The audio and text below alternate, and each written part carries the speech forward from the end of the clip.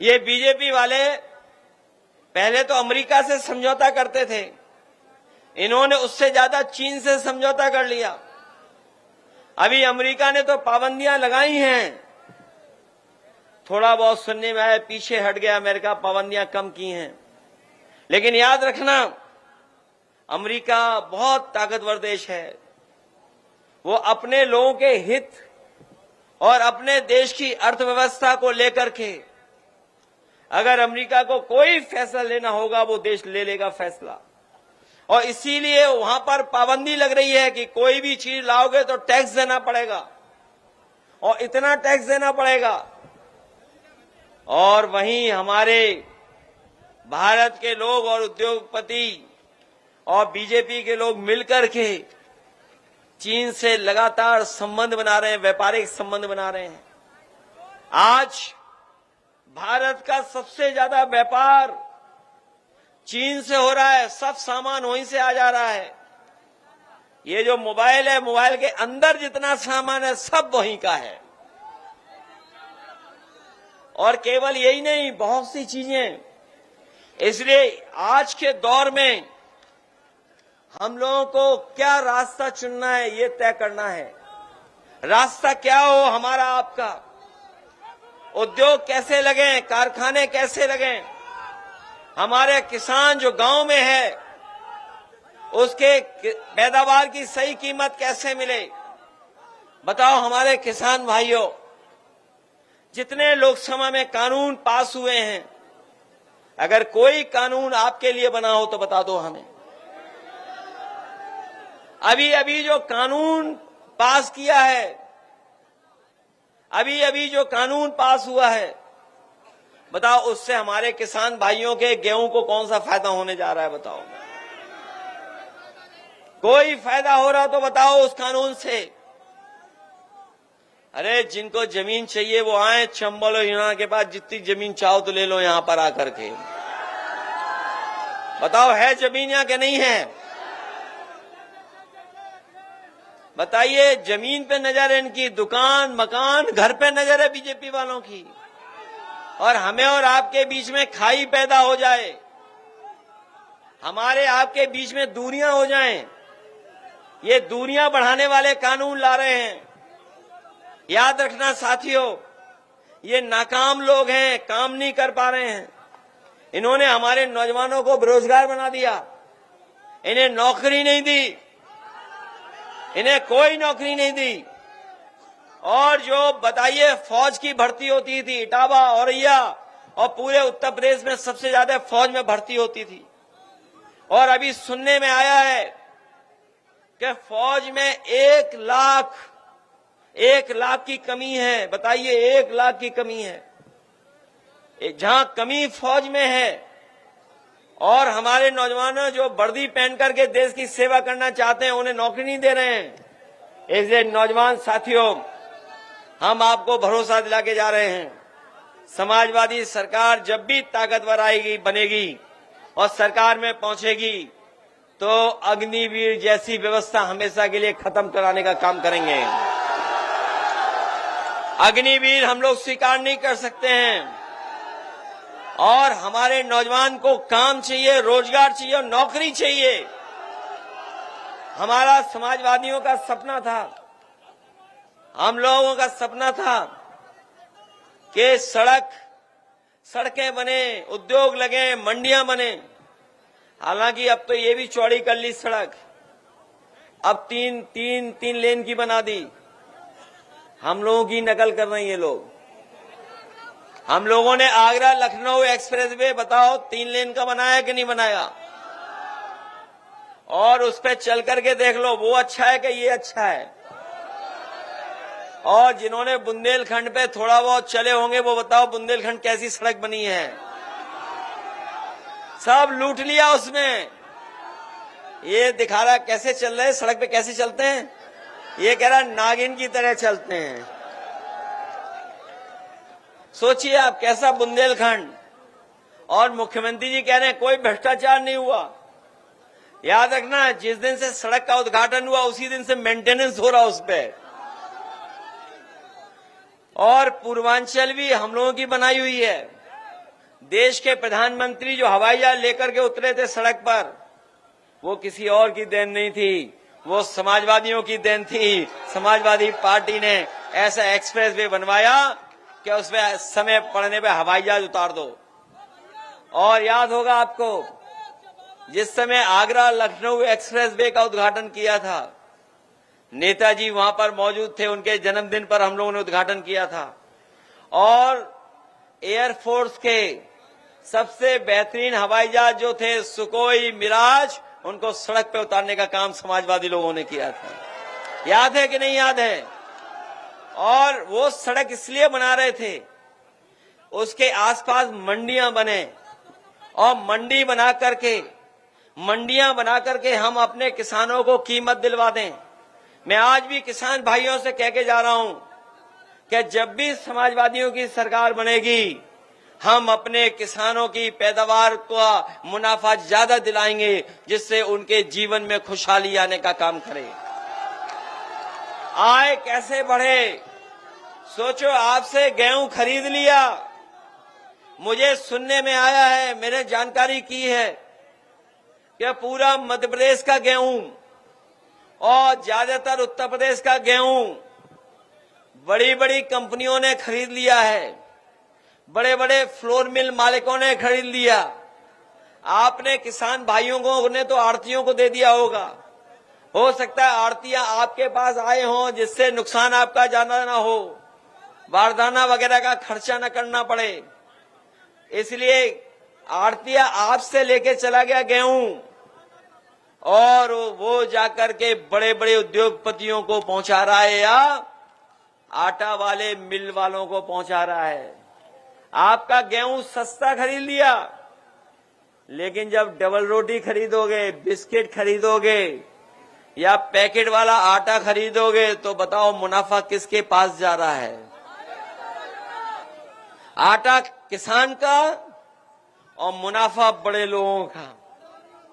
गेहूं आपका खरीदा गया, लेकिन पैकेट बना करके जब आपके पास आ गया तो महंगा लेना पड़ रहा है कि नहीं लेना पड़ रहा है?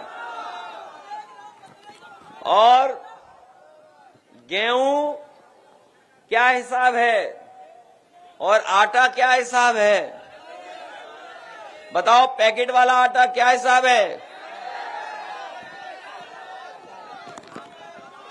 सोचिए आप, आटा वाला, और वो तो पार्ले वाली बात तो याद होगी आपको, इतना बड़ा पैकेट इतना हो गया कि नहीं छोटा?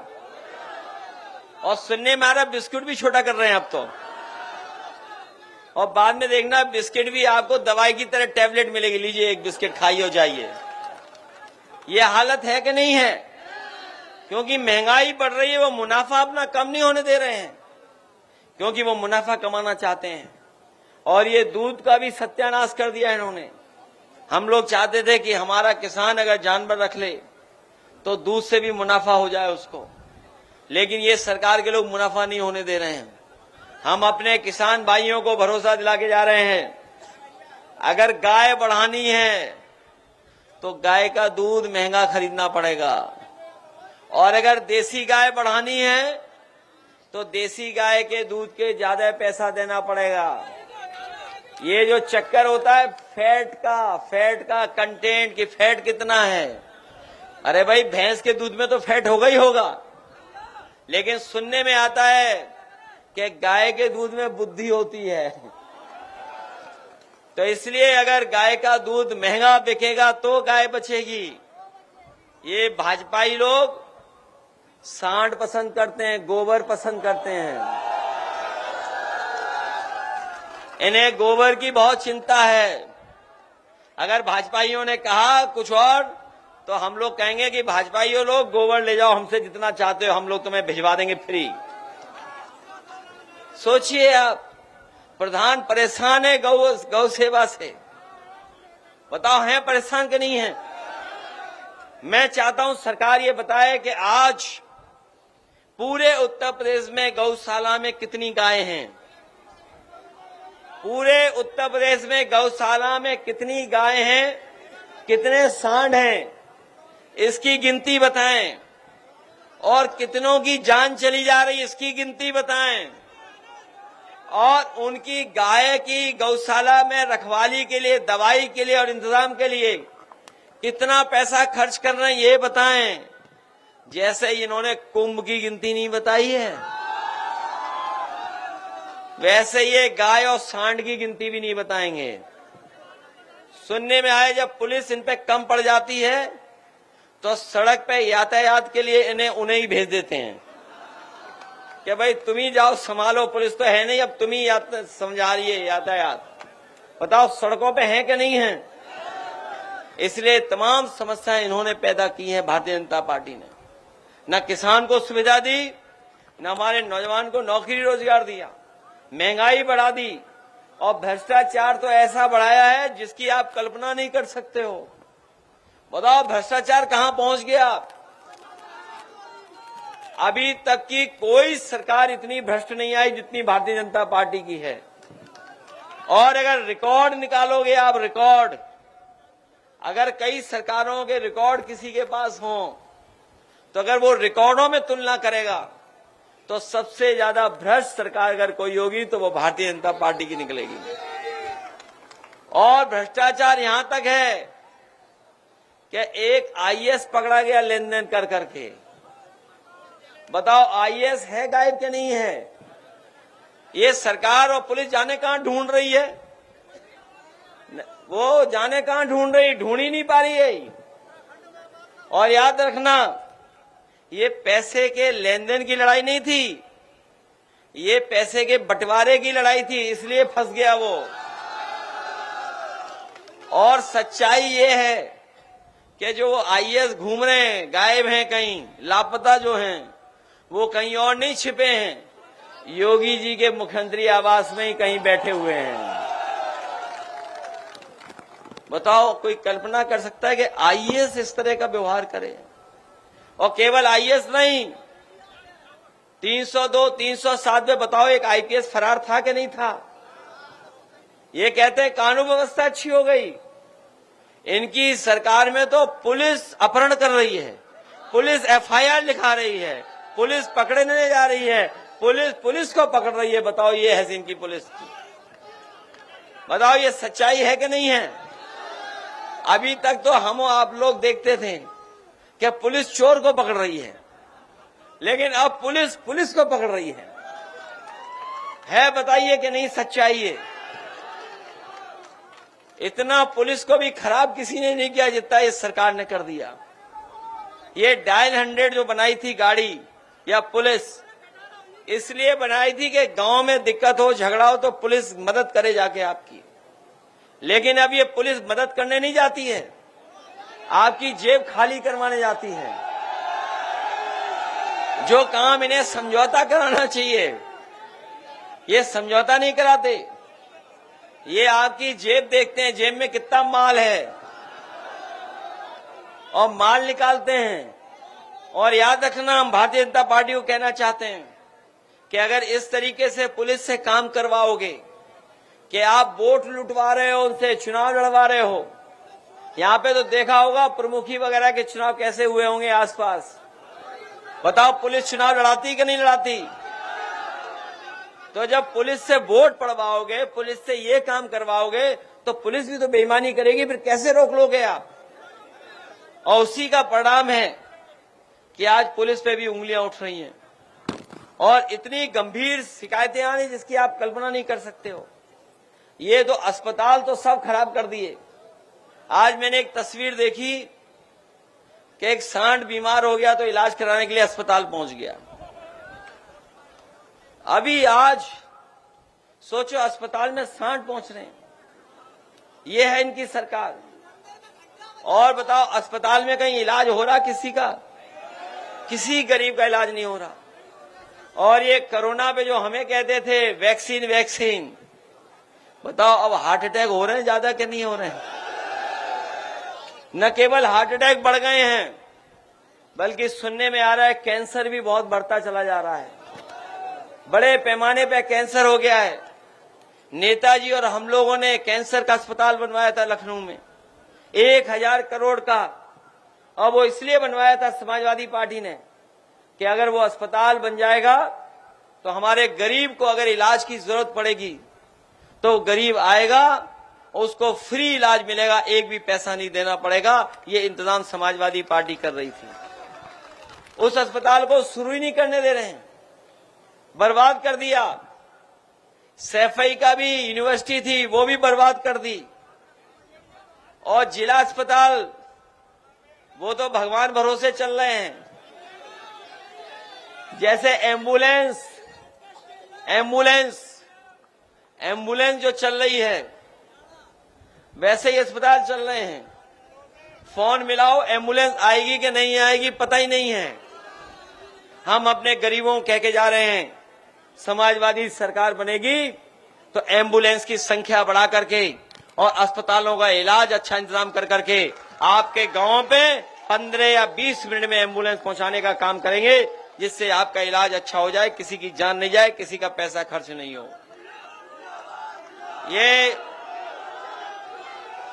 ये सुविधा देंगे।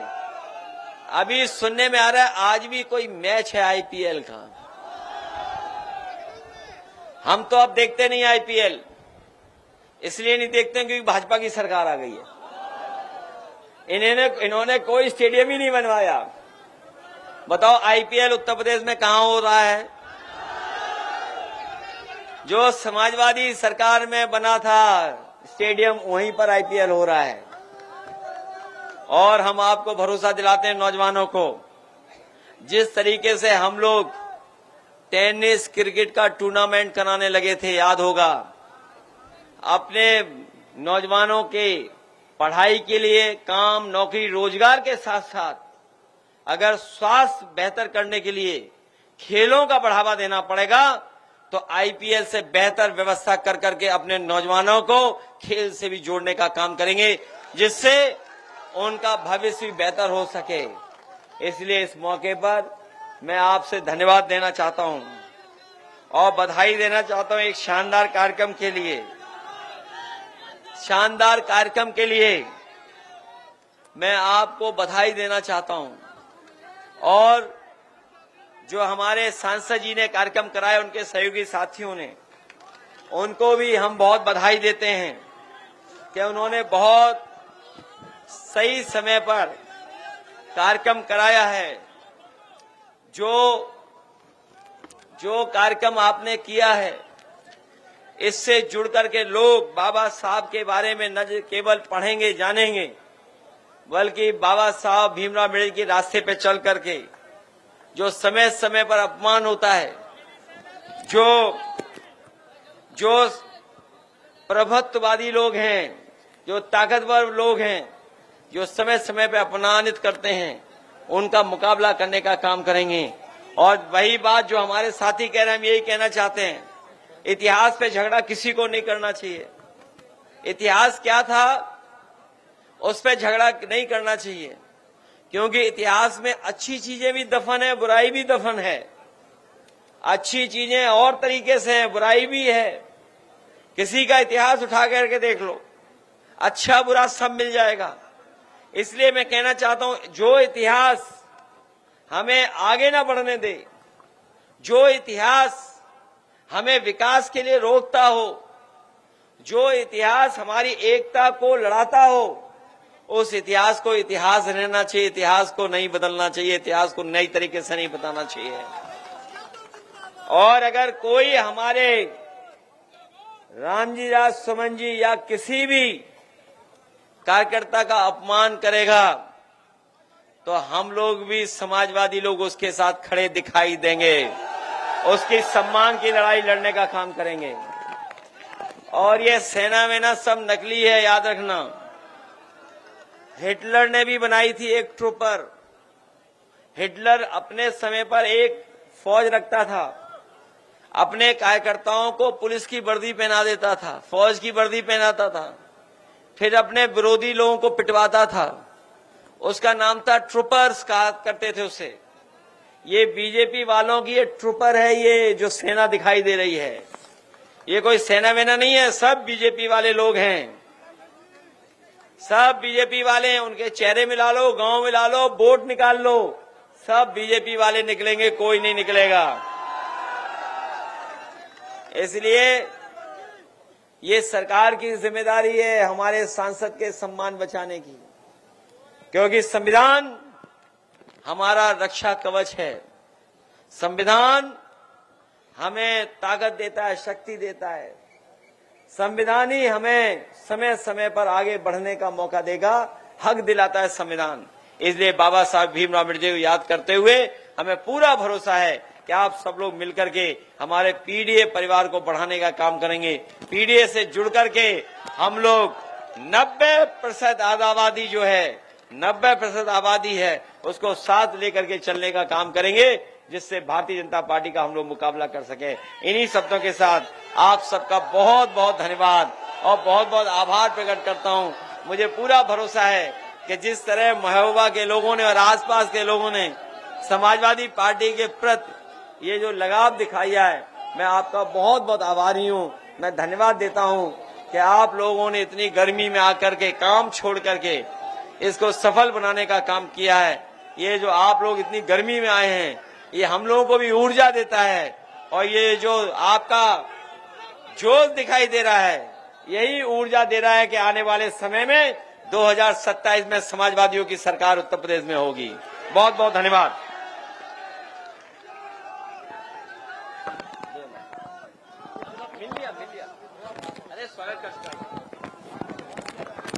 सबको बहुत बहुत धन्यवाद।